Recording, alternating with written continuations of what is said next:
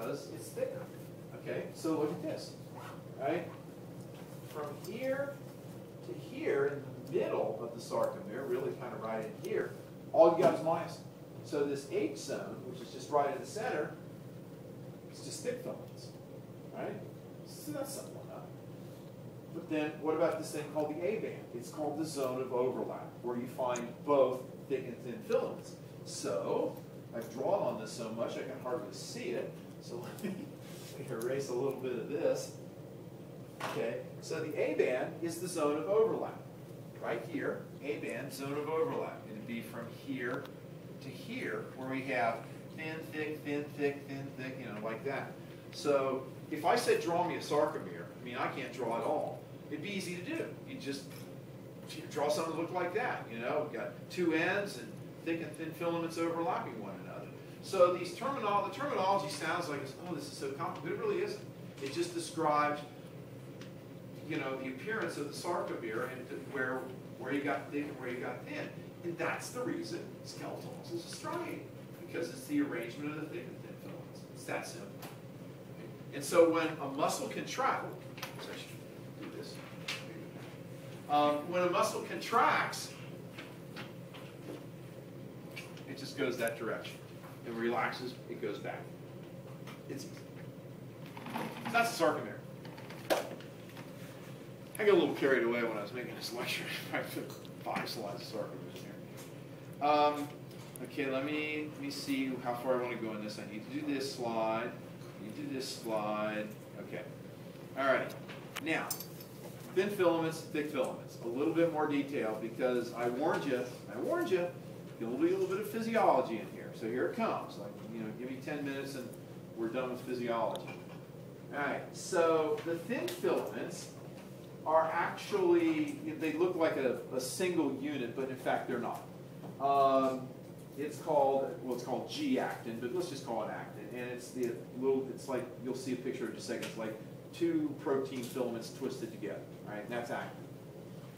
And each actin molecule has on it a specific place where the head of the myosin can bind to it. So it'd be like if my hand was the specific site on the actin molecule, and this little cup of my hand is the only place that the head, my right hand, the head of the myosin molecule can bind. Right? And so these little sites are on the actin, and they bind the head of myosin. And that's the reason we get this sliding. Right? So they have a specific active site where the myosin can bind. But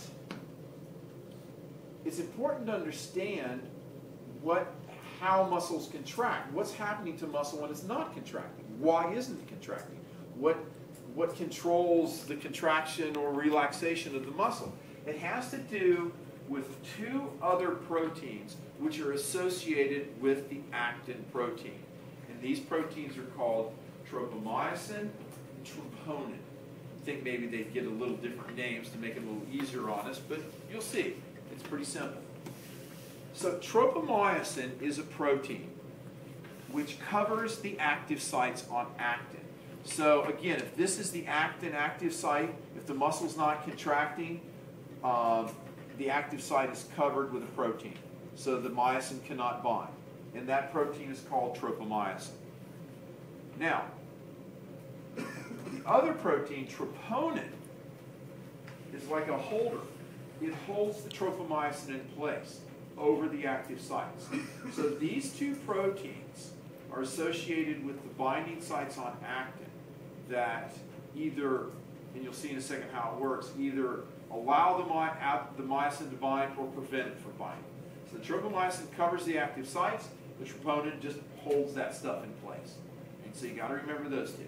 And these are only, so if you hear these 2 words, you think actin, because that's all the only protein they're associated with. Now the myosin's simpler. The thick filaments are myosin proteins, and a thick filament contains about 500 myosin proteins in one bundle. And the myosin molecules, you'll see the picture in just a second, have little heads on them that cross-bridge to the actin and move the actin, slide it, right? And so the binding of myosin to actin results in muscle contraction. That's about as simple as I can make it.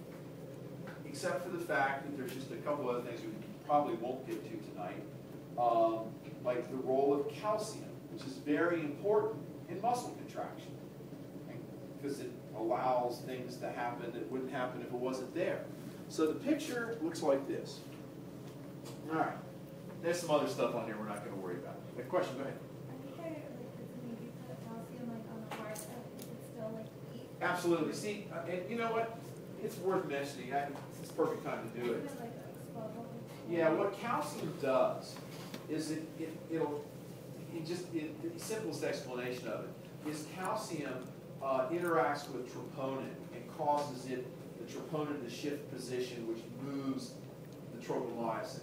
So if you were to deplete your body of calcium, you wouldn't get any muscle contraction, right? But like on a heart, if you put calcium on it, it's important because it will allow it to continue to beat, at least for a certain extent.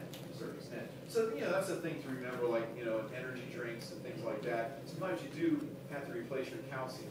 If you don't, you're going to start running out of the ability to contract. So up here, so look at this picture up here. So these little, what are they, kind of orange and little old orange balls with little yellow spots on them. What this is supposed to represent is an actin protein, an actin filament. Okay, you can see it's twisted across itself. The little yellow spots up here, little yellow spots, are as it says here, where does it say? Active site. This is where you're going to get binding. Okay? And here's, in brown here, is the troponin, and here's the tropomyosin. Now look at this picture. The tropomyosin is twisted along the actin to the extent where it covers the binding sites. Okay? Got that, right? And so here's, and we're not going to worry about these little, this other stuff in here. So here's our actin, and here's our myosin. Here's the myosin. It's got all these little heads on it. These little heads interact here. And when they bind, the actin actually the myosin actually pulls the actin along by the binding of the myosin heads to the actin molecules and under the influence of calcium, which we'll probably not get to. So here's our little actin head, and it actually moves. It's actually a little hinge. You know what? I like to think of it almost as being like if you're rowing a boat, right? And you put the paddles in the water and pull, and the boat moves forward. It's exactly the same sort of thing here. Now, that's a pretty good analogy. So these little things bind here and pull the actin along. So the myosin binds to the actin, we get sliding. These are the regulatory proteins, troponin and tropomyosin. So when your muscles are relaxed, the binding sites are covered. When your muscles are contracting, the binding sites are exposed, and the filaments can slide. So when I do this, when I contract my bicep, right, calcium is released from inside my muscle cells, the filaments slide, and we get contraction. When I relax it, the calcium goes back to where it used to live, right, and the muscle relaxes, the binding sites are covered, and everything's fine. So there's no loss of calcium? There is some loss of calcium ultimately, but as you'll see, most of the time it's conserved.